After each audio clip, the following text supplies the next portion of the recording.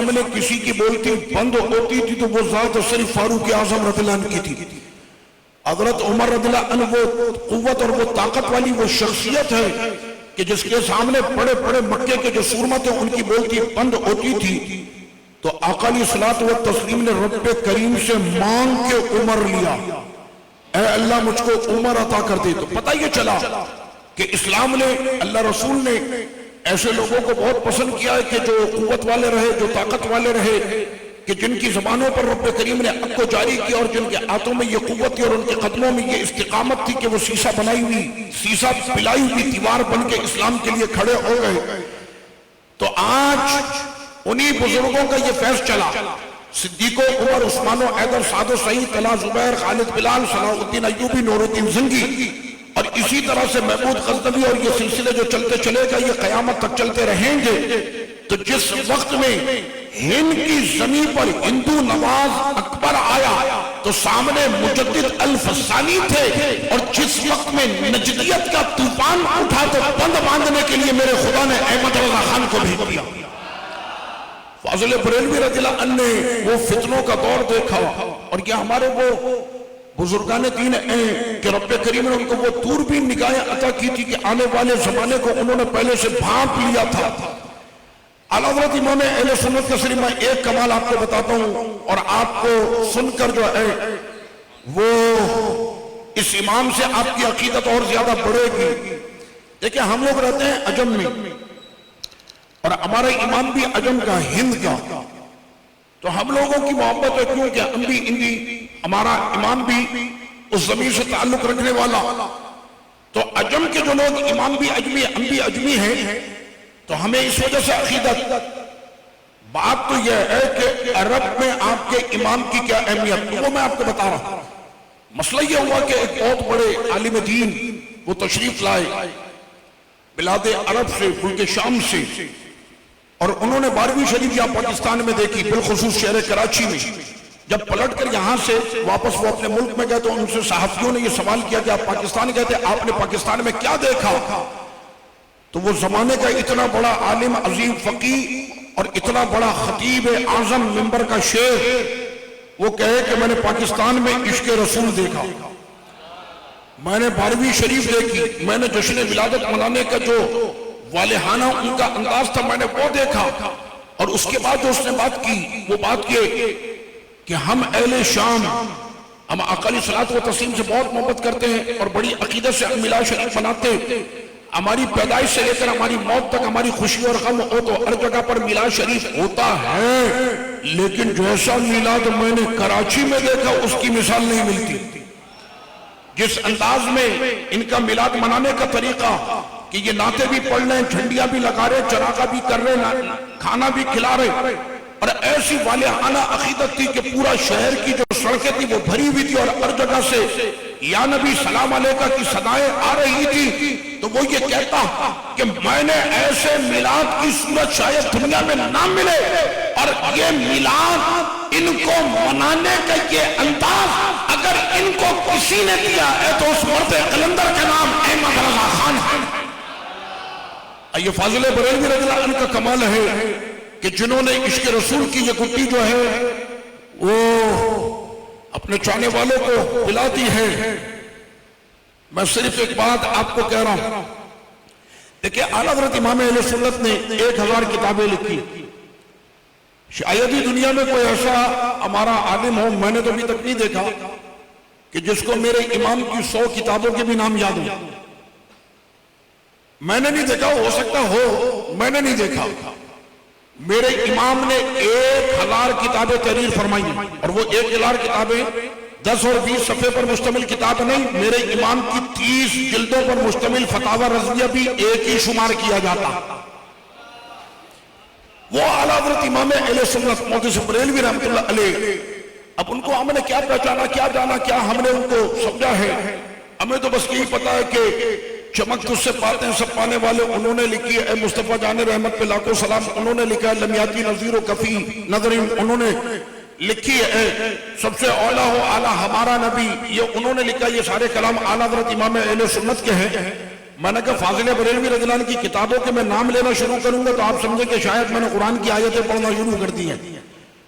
وہ جو امام کی کتابوں کے نام ہوتے ہیں نا، کفل الفقیہ الفاہم فی احکام قرطاس الدراہم اور الہادی الکاف فی حکم الضعاف، یہ کتابوں کے نام ہیں. تو آپ کہیں گے کہ یہ کتابوں کے نام، اس امام کی کتابوں کے نام اتنے ہیوی، اتنے مشکل، جن کی کتابوں کے نام ہے تو ان کے علم کا مقام کیسا ہوگا؟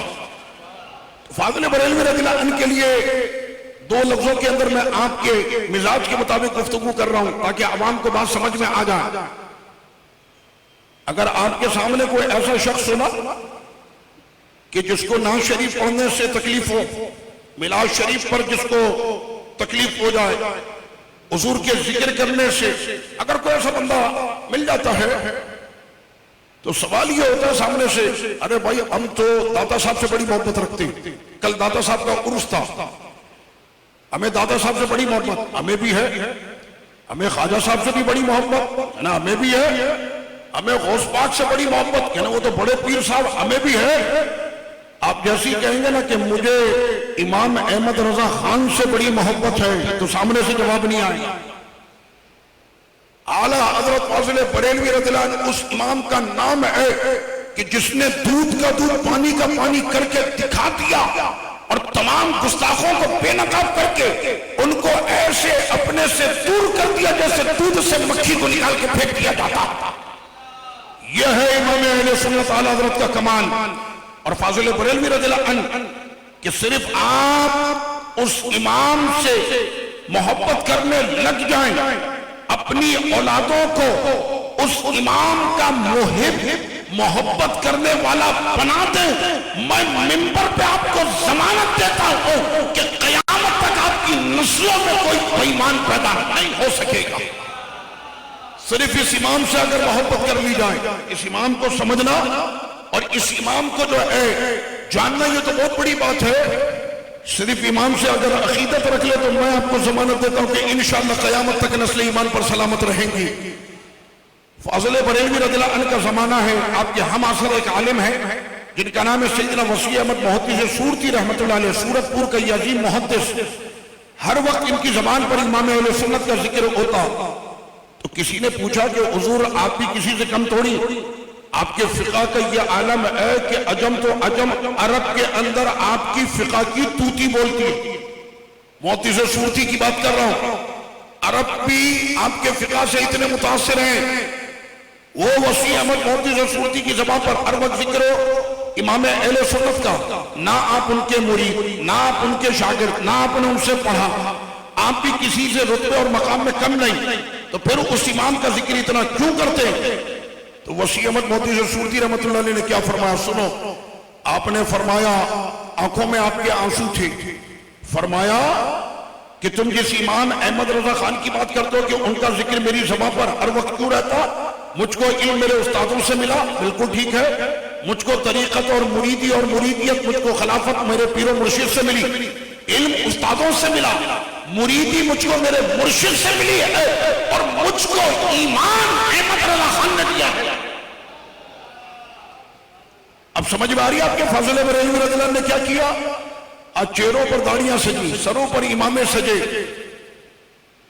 کروڑوں کی تعداد میں قادری بنے. دربار غوث پاک کے سجادہ نشین سے میں نے خود پوچھا، خود میں نے ان سے میری بات ہوئی، میں نے خود ان سے پوچھا، میں نے کہا آپ میرے پیر و مرشد کو جانتے ہیں؟ حضور تاج الشریعہ مفتی محمد اختر رضا خان ازہری رحمت اللہ علیہ کو آپ جانتے ہیں؟ کہنا ان کو کون نہیں جانتا، وہ امام احمد رضا خان کے پوتے ہیں. میں نے کہا ہیں آپ امام احمد رضا خان کو بھی جانتے ہیں؟ فرمایا اس امام احمد رضا خان کو کون نہیں جانتا. پاک و ہند میں میرے جد اعلیٰ شیخ عبد القادر جیلانی کی محبت جس نے سینوں میں اجاگر کی ہے، اس مرد قلندر کا نام احمد رضا خان ہے. وہ کیا مرتبہ اے غوث بالا تیرا، اونچے اونچوں کے سروں سے قدم آلہ تیرا، سر بھلا کیا کوئی جانے کے ہے کیسا تیرا، اولیاء ملتے ہیں آنکھیں وہ ہے تلوہ تیرا، تجھ سے در سے سگ سے ہے مجھ کو نسبت، میری گردن میں بھی اے دور کا ٹورا تیرا، اس پیشانی کے جو سگ ہیں نہیں مارے جاتے، حشر تک میرے گلے میں رہے میرے غوث پٹا تیرا۔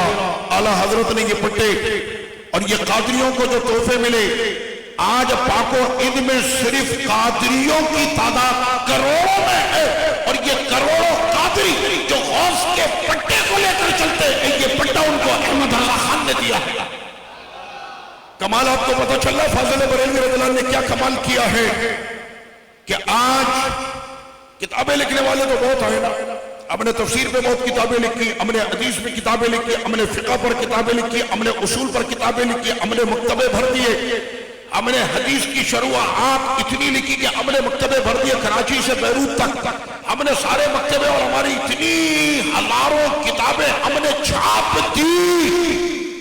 میں نے کہا ہزاروں کتابیں چھاپتی ہے بہت بڑی بات ہے، آپ نے ہزاروں کتابیں چھاپی، لیکن مزے کی بات تو یہ ہوتی ہے کہ جس وقت میں بندہ جب نیک کام کرتا ہے نا، سنیں، جب بندہ نیک کام کرتا ہے تو پھر وہ امید کرتا ہے کہ میرے مالک میرے اس عمل کو قبول فرما۔ آقا علیہ السلام نے فرمایا کہ تمہارا عمل زمین و آسمان کے درمیان معلق لٹکا رہتا ہے جب تک کہ تم سرور کونین پہ درود و سلام نہ پڑھو، اور جیسے ہی تم نے آقا علیہ الصلوۃ والتسلیم کی بارگاہ میں درود شریف سے نذرانہ پیش کیا، درود و سلام تم نے پیش کیا، تمہارے اعمال مقبولیت کے درجے میں چلے جاتے ہیں۔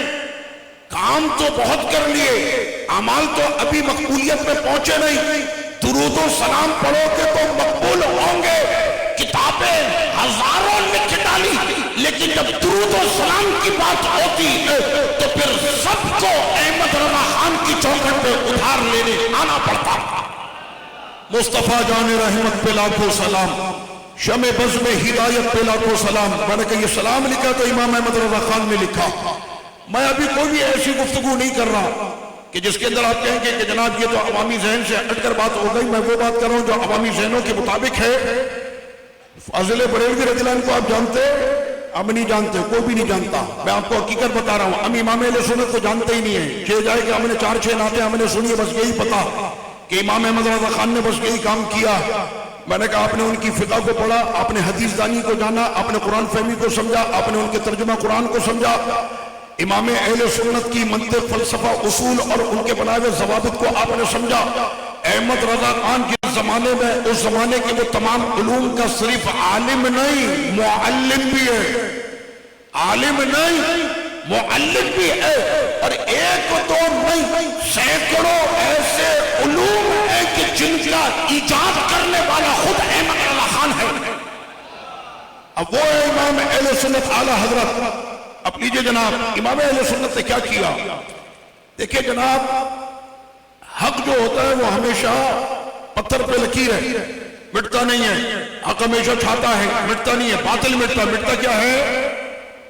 لکھنے والوں نے بڑی کتابیں لکھی، اور ان کتابوں کے اندر انہوں نے یہ کوشش کی کہ آقا علیہ الصلوۃ والتسلیم کی ذات گرامی پر تنقیس کی جائے اور سرور کونین کی گستاخی کی جائے۔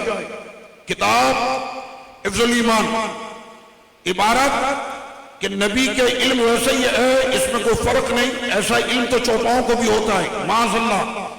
کتاب براہین قاطعہ کہ شیطان اور ملک الموت کا علم جو ہے وہ نبی سے زیادہ ہوتا ہے، معاذ اللہ۔ میں صرف آپ کو ایک دو جھلکیاں بتا رہا ہوں، ایسی سینکڑوں کتابیں کہ جن میں اس طرح سے گستاخیاں موجود۔ یہ کتابیں لکھی گئی تقریباً 70-80 سال پہلے، 100 سال پہلے، اتنے پہلے لکھی گئی۔